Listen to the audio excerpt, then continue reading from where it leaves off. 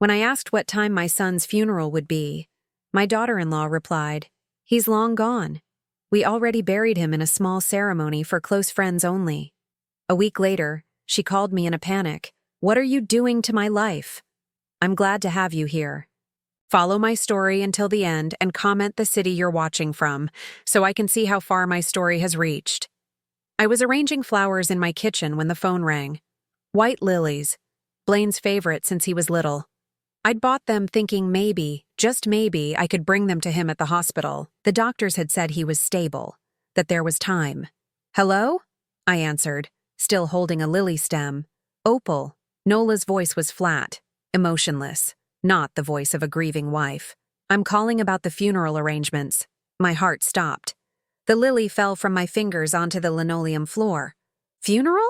What funeral?" The doctor said Blaine was— "When did you last speak to a doctor, Opal?" Her tone was sharp, impatient, like I was bothering her with stupid questions. I fumbled for words, my mind reeling. "Yesterday morning.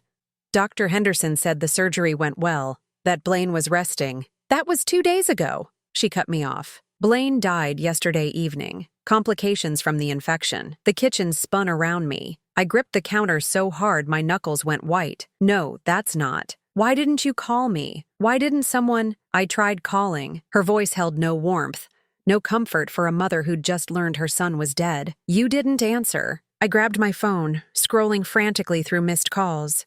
Nothing. No calls from Nola, no calls from the hospital. My phone had been with me constantly, waiting for news about my boy. "There are no missed calls from you," I whispered. "Well, maybe your phone was off. Doesn't matter now."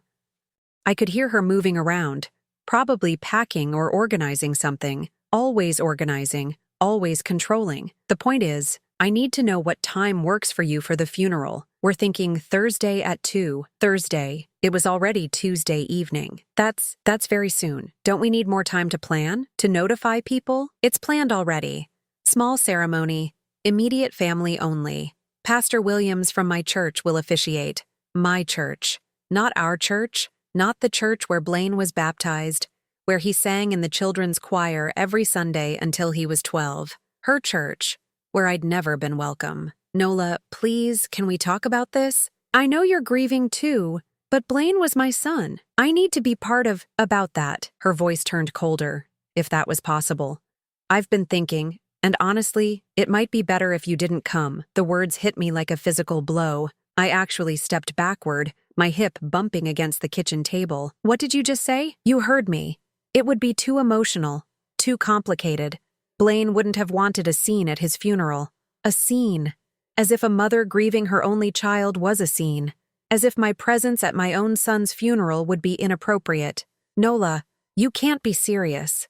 He's my son, my only child. He was my husband. And frankly, Opal, where have you been the last 5 years? You barely called, barely visited. Don't pretend you were close to him now." Each word was a knife, because there was just enough truth in them to hurt. I hadn't called as much as I should have. I hadn't visited as often as I wanted to, but every time I tried, there was always a reason I couldn't come, always some conflict or issue that Nola discovered. "I tried," I whispered. "Every time I planned to visit, something came up. You said he was too tired, or you had plans, or—" "Exactly. You tried. That's not the same as being there." I thought about all the birthdays where my calls went unanswered, the Christmas invitations that were withdrawn at the last minute, the grandchildren I'd never met because Nola said it would be too confusing for them to have multiple grandmother figures. "Wait, grandchildren? The kids," I said suddenly.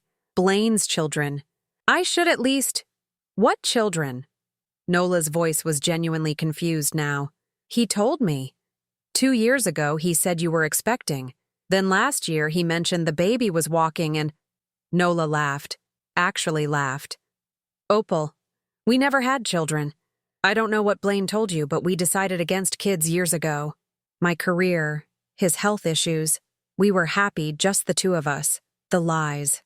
The elaborate stories Blaine had told me about his imaginary children. The photos he'd shown me that must have been of other people's kids.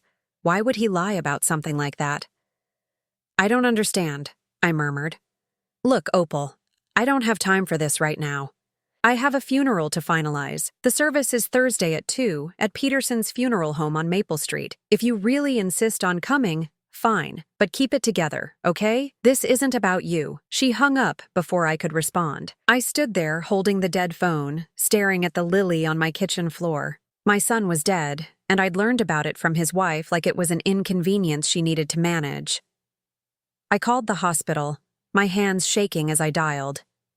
St. Mary's, how can I help you? I'm calling about my son, Blaine Morrison. He was a patient there, and I was told, let me transfer you to patient information.